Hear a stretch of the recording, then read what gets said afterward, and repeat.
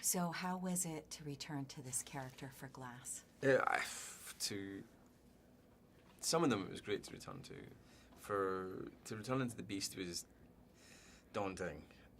So coming back to Patricia, I loved Kevin, I loved Dennis, Barry for the brief moment we see him, Hedwig, great fun coming back to those guys.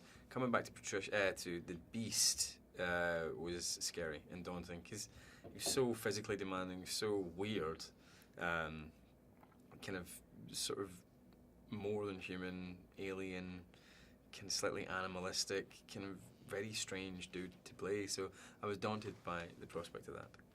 Talk about the merging of these two incredible films, Unbreakable and Split to make Glass. Interesting merger, really. Quite different tonally. A lot more humour in Split than in Unbreakable. A lot more tension, maybe not tension, but a lot more, I don't know, kind of sobriety and tension in Unbreakable, where there was a sort of almost horror comedy thing going on in Split at times, and then mashing those two together is a tricky thing, but he's a good writer. But for me, the coming together of that, and it's not just that, but it's also like Knight taking himself from 19 years ago and the kind of director he was then to where he is now, and the kind of steps he takes in characterization that he wouldn't have taken back then. It's quite interesting to basically mash those two directors together as well. So it's got a lot in it, for sure. Talk about just how it turns the hero genre, just really turns it around. And I think it's doing, in the same way that before the superhero thing became so prevalent, it was always there. It was there before Unbreakable, of course, but before it became so ubiquitous, he was deconstructing it. So before it was even constructed, he was deconstructing it, if you like.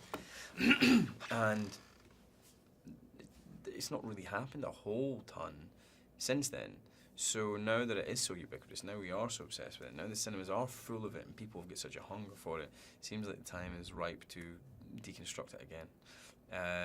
And it's just interesting that like he did this before the audiences were truly ready. Don't get me wrong, Unbreakable did really well at the cinema, but they weren't crying out for it, whereas it feels like audiences want a film that's like this. It does something slightly different with the superhero genre or the supervillain genre. There's more supervillains than heroes in this movie.